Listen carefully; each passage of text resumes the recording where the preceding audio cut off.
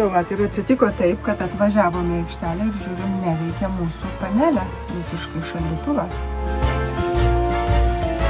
Šiandien mūsų paskutinė diena, kaip mes keliausime. Mums dar liko nuvažiuoti 400 km.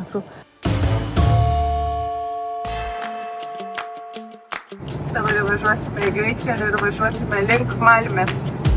Tai labai patogus serviso aikštelė visai. Prie pat greitkelio. Čia mes galim išsipilti juodą vandenį.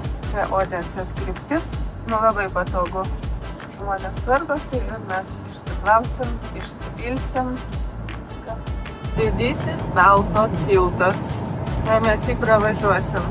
Žiūrėsim, kaip čia bus su skanavimu, mokėjimu. O pačioj matau aikštelė yra. Ir kemperių. Čia poilsio aikštelė. Čia yra Belto sąsiauris ir šis tiltas, didysis Belto tiltas, jungia rytinę ir vakarinę Danijos dalis. Didelis sąsiauris iš tikrųjų. Sekantis tiltas jums Danija ir Švedijoje. Taip, o sekantis bus jo, šalia bus iš Kopenhaga vienoj pusėje, kitoj pusėje Malmė, Švedijos jau miestas. Pakankamai ilgas jisai ir nepigus tiltas. Ir kadangi mums neišėjo pasidaryti nuolaidą šitam tiltui, mes pabandysim pravažiuoti vatstai su šituo parančiuku norvegišku, kuris turi nuskanuoti ir turi atsidaryti vartą. Ir sąskaitą mes gausime vėliau. Ateina mums už kelių sąskaitos, tai turėtume mes gauti sąskaitą ir už šito tilto pravažiavimą. Kitas būdas, kaip važiavome pirmin, tai yra susimokėti iš karto. O šį kartą pabandysim mes per automatinius vartus pravažiuoti. Tikimės, kad suveiks. Norint pravažiuoti pigiau šį tiltą, reikia sudaryti sutartį, įsigyti dar kažkokią paračiuką. Labai smarkiai mes nesigilinam, bet čia reikia dažnai važinėti per šį tiltą. Manau, kad kas gyvena Danijai, žino geriau apie tai.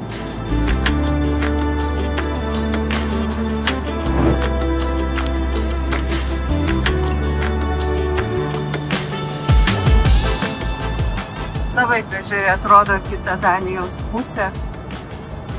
Dėkingas oras, saulutė. Vėjas nėra toks didelis, kaip mes tikėjomės. Nes dabar Norvegijoje siaučia audra. Lietuvoje taip pat, man atrodo, o čia pranašavo didelį vėją, bet nėra taip baisu. Ir labai gražu. O dabar renkamės kairiai pusėje jo automatinius vartus. Nuskanavo žalias, va matai. Užgirdome garsą ir mūsų aparačiukas norvegiškas. Va šitas aparatas, kuris Darė piniginę ir iškrito centukai. Daug čia kainavo. Daug. Kažkaip su tom nuolaidom čia nelabai su to tilto mums retai keliauja čia. Bet mes dabar važiuojame link kito tilto. Kopenhaga. Na va, prie Malmo lendame, pravažiavom Kopenhagą, lendam dabar į tunelį po vandeniu, pirmąjį. Ir dabar išlendam tiesiai į tiltą, Oresundo tiltą. Tai važiuosime ir Švedija. Va čia buvo ką tik tai siena, atėjo telefono žinutės, kad mes jau esame Švedijai, Sverige. Pravažiavom tiltą, dabar važiuojam pro irgi automatinius vartus. Mes esam lengvųjų automobilių kategorija ir sukam į kairę, o jisai sunkus. O mes čia viskas yra greitai. Va, atėjo garsas. O čia dar yra muitinė. Dabar nebefilmuosiu.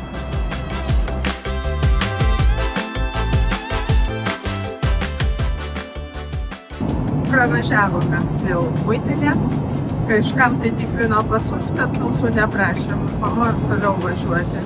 Bet kartais ne visada pirmą kartą čia ant tilto tikrina. Viso labo tik dokumentus. Dabar važiuojame mes į Malmę, kuriau bus Göteborgo pusė. pietus kažkur tai autostradoje sustojom, čia prie didelių parduotuvių, prie degalinių. Greitai šaldytų kepsniukų pasišildom. Jie yra gatavai, tik pašildėte, nupirkau dar Vokietijai vokiškų bulvių salotų. Pabandysim. O šuniukai išėjo pasivaikščioti. Tie šuniukai kažkur tai vaikšto. Judėjimas čia mes prie greitkelio. Daug čia parduotuvių įvairiausių, kemperių daug. Radome čia nuo šaliau nuo parduotuvio aikštelę. Šuniukų, žodžiu, aš nematau. Patrūdė čia viskas. Kad nežinau, kur mes nakvosim, dabar važiuojam link Göteborgo. Aš visą laiką žiūriu programėlėj, galvoju, kažkur prie miško takelio, kad pasivaikščiot galima būtų. Žiūrėsim, kaip čia bus. Kampanelės pasisegusios, atsigavusios. Kaip jums žuolytė švediška. Keliausime toliau. Mes tai pavalgom, o jos laižosi jau užuodėsi kvapus. Tokie didieji Švedijos miestai kaip Göteborgas arba Malmė, jie yra labai nesaugus. Ir turbūt, kas keliaujate, žinote, kad ten geriau nevažiuoti, nuvažiavus saugoti savo kemperį, nes ten daugiausiai būna vagysčių. Taigi mes dabar ieškom kaip tyčia prie Göteborgo, nes mes jau nuvažiavom daugiau kaip 500 kilometrų, bet mes ieškom vietos priemiestyje. Pasižiūrėsim, kaip mums ten patiks. Pagal atsiliepimus ten rami vieta. Haven't played nice, yet he still wants me. I give him hell, but heaven sent him. Nuo Göteborgo esame maždaug 10 kilometrų pavažiavom, tikimės, kad čia saugu. Atsiliepimuose nebuvo jokios blogos informacijos. Visur minima, komentaruose nepalikite šiukšlių. Taigi mes šiukšlės tikrai važiuojamės kartu, ir yra šiukšliadėžės. Ir dabar einame pasivaikščioti. Jau pasiruošus?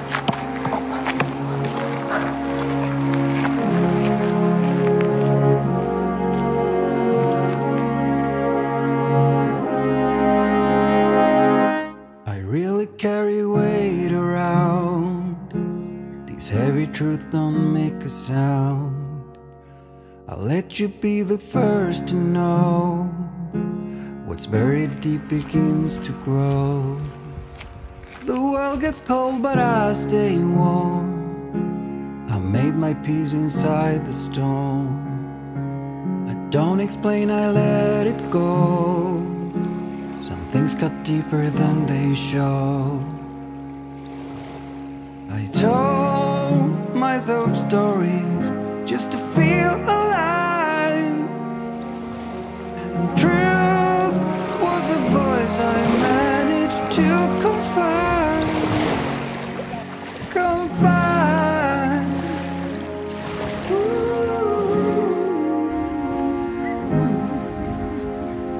Stars keep falling down.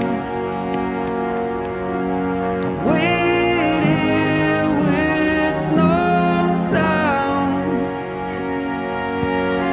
I lay down till the path is found. You are the truth. Norvegijos siauri keliai prasidėjo, tiek važinėjom greitkeliais, plačiais keliais, dideliais greičiais, o čia jau viskas. Netoli Drameno esam. Ir va tokios eilės, tokie keliai. Ir kilometrų nedaug, o važiuosime labai ilgai.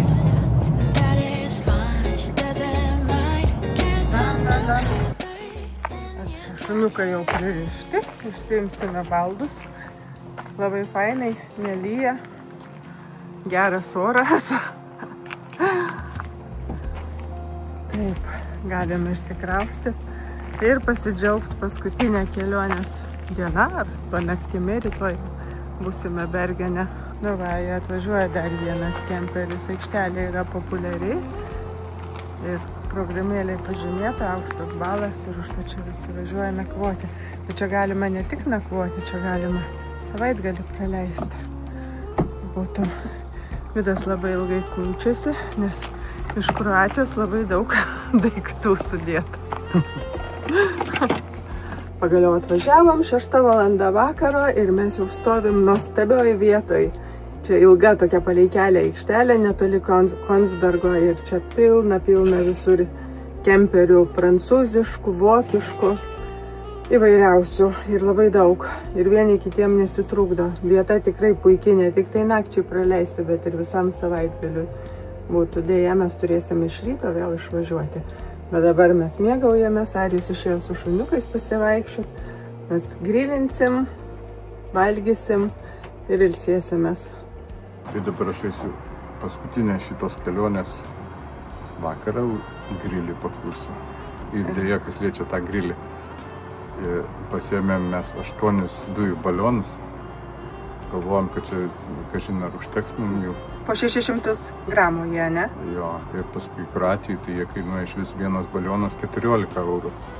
Labai nustebino, o čia mes turbūt nupirkom, palauk, 200 už 4, 200 kronų, 20 eurų, 4 balionai. Tai va, toks, žinai, žiaurus skirtumas. Bet ilgai kepsime su jais. O kas labiausias nustebina, kad mes tik tais vieną sunaudojam, grubiai tariant. Bet gal ir šiandien užteks. Tai vat, ekonomiškai žodžiu. Tapkyčių, einam ieškoti tapkyčių. Va, čia yra tapkytės. Biški kojas pailsės. Nu, ilgo, kiek mes Vidai važiavom iš tikrųjų? Šiandien? Šiandien, jo. Gal 6 valandas važiavom. 6 valandas su sustojimais. Praeitą kartą, kada važiavom į Kroatiją, aš pamenu irgi mes apie savaitę važinėjom. Nu, jo. Žodžiu, su 4 nakvynėm tai tikrai galėtum parvažiuoti, bet mes gavus, kad su kokiom 6. Nu, šuniukai, kai pradeda prašytis, tai mes tada jau ir ieškom nakvynės vietos. Tai va, einu išnešiu aš grilinę. Grilinę tai tikrai pasiteisino. Labai džiaugiuosi, ką padariau, kaip viskas pavyko man su ją. Tuoj mes pažiūrėsim. Va, svarbiausia, kad šitie balionai, va, kiek jų čia mes prisivežėm. Jau vežamės atgal. Tai nežinau, nu, aišku, jie mums susinaudos. O va šitą balioną, va, sakiau, 14 eurų kainuoja Kroatijos tam kempinge. Ir visur kitur aš niekur pigiau neradau. Ir dabar mums jo praktiškai pakako visam tam 11 dienų. Aišku, mes tiek nekepėm, tiek daug, kaip sakyt, kaip ten planavom, bet tai vis tiek gana nemažai ekonomiškai. Nu, o paskui dar kartą parodysiu. Visą tą sistemą čia išsikelia ir viskas. Ir mes turim grilinę ant kojyčių. Uždedamės ją čia. Ir esam pasiruošę kepsniams. Tarp kitko, va, šitoj dėžutėje yra mūsų tie visi angliukai, kad būtų dūmo. Galim čia susikabinti.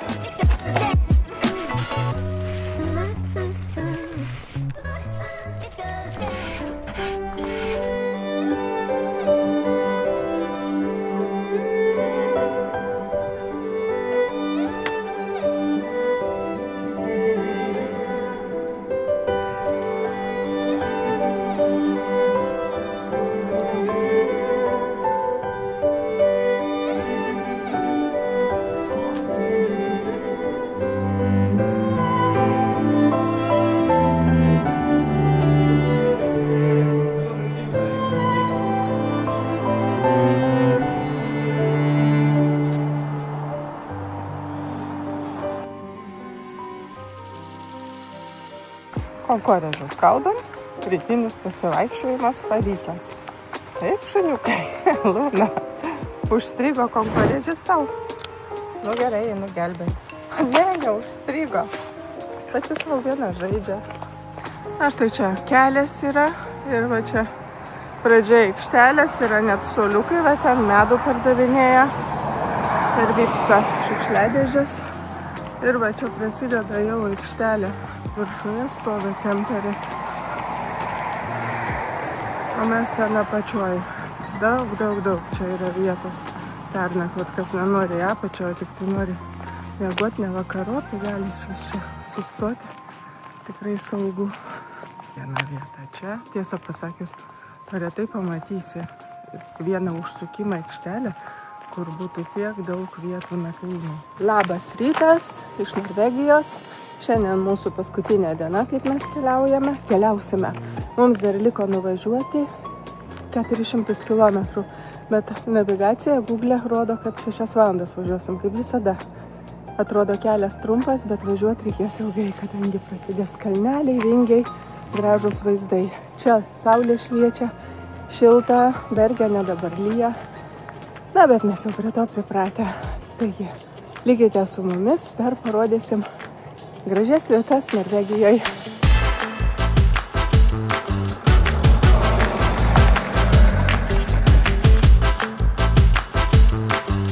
Parvažiuojam palei tą upę, prie kurios miegojom, gana plati, ilga ir rami upė.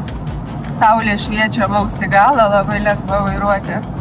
Jau pakilom į 1000 metrų aukštį, gražiai čia viskas žaliuoja, matosi žemai namukai gytės, įprasti norvegiški vaizdai.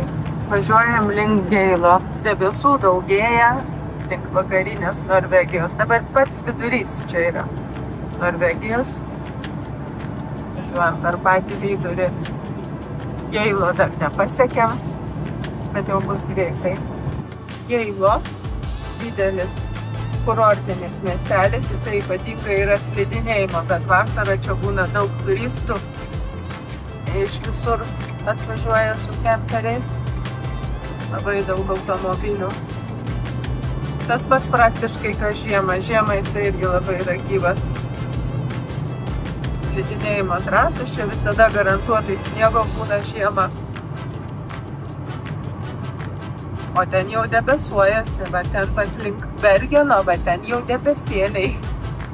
Nors kol mūsų nebuvo, ten buvo labai šilti geri orai. Temperatūra iki 30 buvo praktiškai, ką mes turėjom kelionėje. Kroatijoje, tas buvo ir Bergene.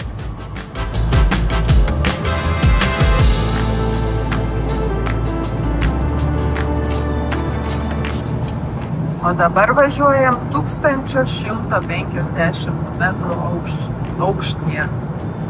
Čia toks kalnų ežeras. Nėra medžių, tik žolė auga. 7 laipsniai šilumos tik tai viso labo šioje vietoje. Nakvoti tai jau čia be šildymo neišeitų, bet sustoti kavos gana graži vieta. Bet kadangi mums reikia pasivaikščioti su šuniukais, mes važiuojame toliau. Čia šonuose susmeigti ilgi tokie pagaliai ir žiemą jie vos kartais matosi, kaip prisninga labai daug, matytųsi kelias su atspindžiais, tai galima įsivaizduoti, kiek čia būna žiemą sniego.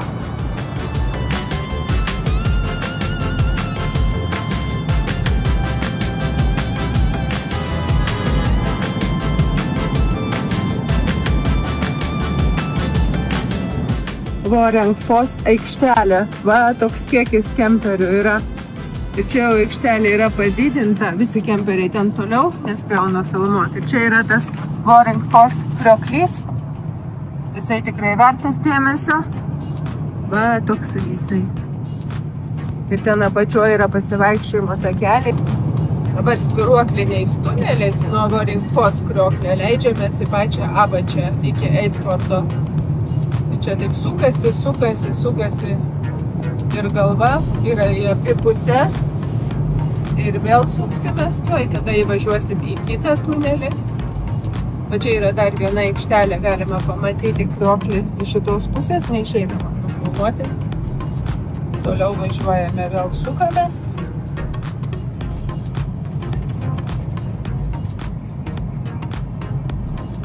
Truputėlį pavažiuojam ne tunelį. Ir jau laukia sekantis tunelis. Nu, galva čia ar gali apsisukti tikrai, net supykint gali nuo tų posūkių žemyn, bet nu ką padarysi. Šitoj pusėj toks nusileidimas. Nusileidus iš tokio aukščio iš karto matosi žalia gamta. Medžiai, viskas atsirado, mes jau beveik toj būsim jūros lygio aukštėje. visiškai ir važiuojam tiesiai į aikštelę, visi valgyt nori, šunys išlipti nori. Bet to jau mes greitai stuosime. Dabar jau mes važiuojam link Eisfordo, ten mieste kažkur tai aikštelė, anksčiau yra, reikia degalų užsipilti ir galų gale šitas vargšės reikia išmesti, todėl kad Luna labai kankinasi, matosi, kad jai negera. Visą kelią buvo normaliai, bet tais lygiuotais keliukais jai važiuoti nepatinka. Ir mums truputėlį nusibodo, mes važiuojam daugiau kaip 3 valandas be sustojimo, beveik jau 4, tai reikia padaryti stotelę, pavalgyti ir toliau važiuoti. Aikštelę, į kurią mes ir suksim. Visi kemperiai pavargę nuo tų kalnų važiavimo vingiuotų. Visi važiuojame mes čia. Tai tiesiai sustosim, pasidarysim pietus.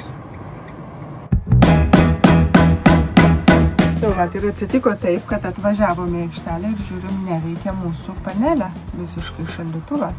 Užsigangus. Šaldytuvas, aišku, irgi neveikia. Ar jis išėjo su šuniukais, mes dabar žiūrim, ką mes čia turim. Tikiuosi, kad perdegė saugiklis. Labai tikiuosi. Nes taip visai netikėtai, neseniai dar viskas veikia ir papildomas šaldytuvas veikia. Dabar niekas visiškai. Tai tikiuosi surasim saugiklį. Turėsim labai daug visko turi pas save. Apsišviesim.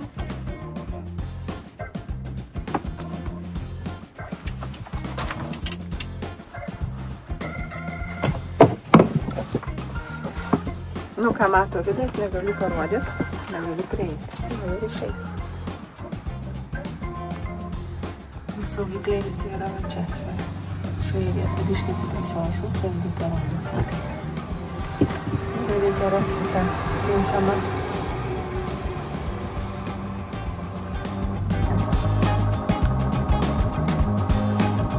Ir gaunasi taip, kad jeigu niekas neveikia, vadinasi, net vanduo neveikia. Pasiėmiau puodą ir va, išsivirsiu nokių. Pasirodo, vanduo nebėga kraną, va taip atsuku. Ir čia likutis tik išteka ir viskas ištekėjo. Nei tualetas neveikia, nei vanduo, nei kavos pasidaryti. Liūdnai. Kaip sakai, mygtukas koks nuspaustas gali būti? Tai einam žiūrėti tada mygtuko. Dar yra vienas variantas. Gerai, tu šitą mygtuką.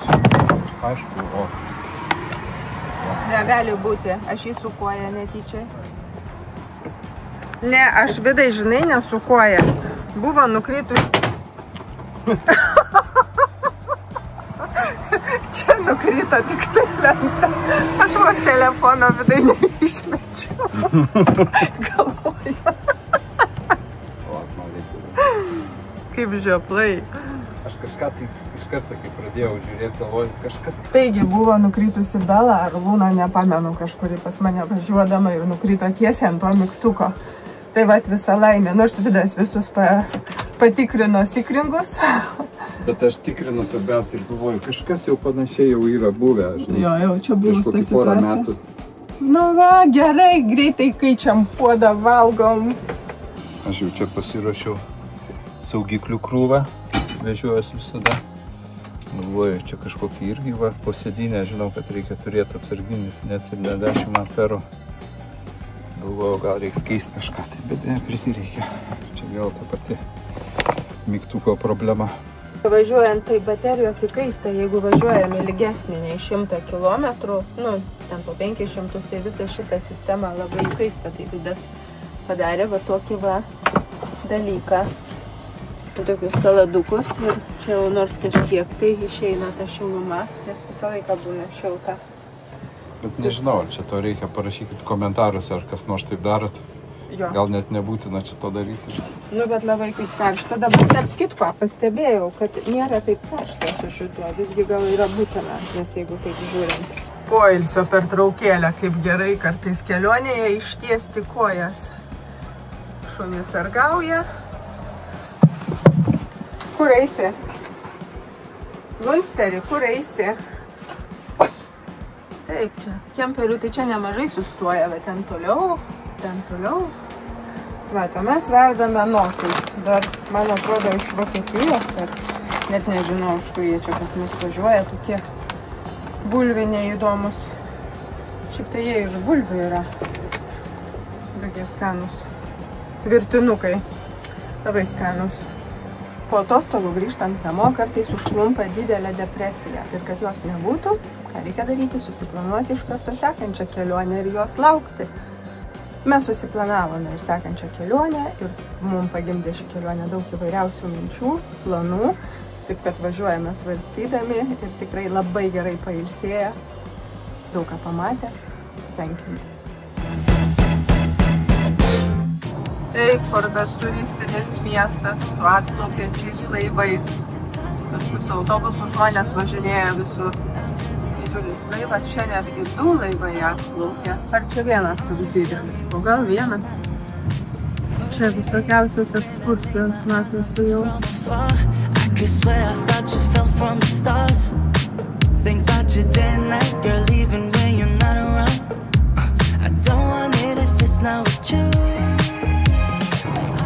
Važiuojame į tiltą.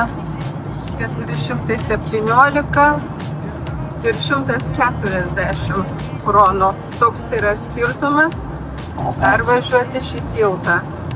417 kainuoja kemperiams virš 3,5 tonos, o 140 kainuoja iki 3,5 tonos kemperiams. Skirtumas labai ryškus šitam tiltui būtent. Ne visur būna taip skirtumas. Vėl čiuožiame į tunelį, link Bergeno dabar.